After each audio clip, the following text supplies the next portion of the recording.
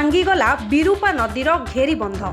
केन्द्रापड़ा जिलार बेणीपुर और जाजपुर जिलार धेकुड़ी गाँ भितर पशिगला बन्या जल।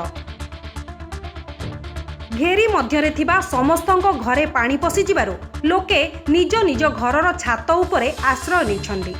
केनाल कूलरे सरकारी जगार घर करी रहुथिबा प्राय 200 हरिजन परिवारଙ୍କୁ केनाल बंधर उच्च स्थान को निया जाइछि। एहा छड़ा जाजपुर जिलार धेकुड़ी गाँर प्राय 200 परिवार 1000 रु अधिका लोके एही घेरीबंध मध्यरे रहुथिबारु सेमाने मध्य समान समस्या देई गति करुछन्ति। जाजपुर गोपालपुर निकटरे एबे नदीर जलपतन 11.64 मीटर रही।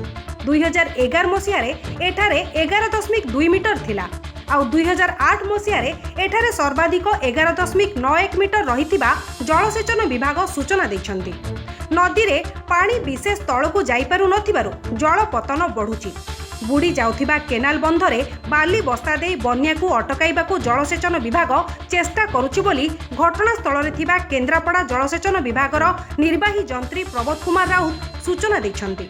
तळ मुंडरे ब्राह्मणी नदी रे बड़ बन्या आसुथिबारु बिरुपा नदीर पानी तळकु खसिबा सहज हेउनाही बोली निर्वाही जंत्री श्री राउत कहिछन्ति।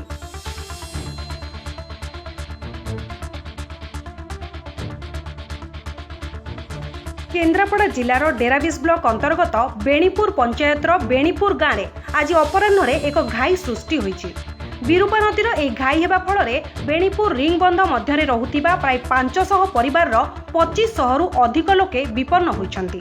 एही दुर्बल घेरीबंधरे आज घोलिया सृष्टि होई बंध दबिबा आरंभ करिथिला।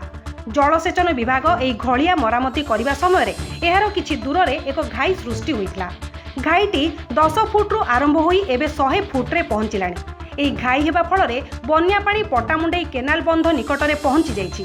केनाल बंधर उच्चता कम थिबारु बन्या पानी स्थाने स्थाने केनाल बंधकु बुड़ाइबा आरंभ करदेलाणी। प्राय 1 किलोमीटर व्यापी एही केनाल बंधर उच्चता कम थिबारु बन्या पानी जदि केनाल बंधकु बुड़ाई दिए तेबे डेराबिस और केन्द्रापड़ा ब्लॉक प्रति बड़ विपद सृष्टि करिवो। डेराबिस ब्लॉकर 4टी और केन्द्रापड़ा ब्लॉकर 8टी पंचायत को विपद सृष्टि करिवार आशंका होइछि। प्राय 1 किलोमीटर व्यापी एही केनाल बंधर उच्चता कम थिबारु बन्या पानी जदि केनाल बंधकु बुड़ाई दिए तेबे डेराबिस और केन्द्रापड़ा ब्लॉक प्रति बड़ विपद सृष्टि करिवो। डेराबिस ब्लॉकर 4टी और केन्द्रापड़ा ब्लॉकर 8टी पंचायत को विपद सृष्टि करिवार आशंका रहिछि। केन्द्रापड़ारू विजय कुमार बेहरांक रिपोर्ट न्यूज इन ओडिशा।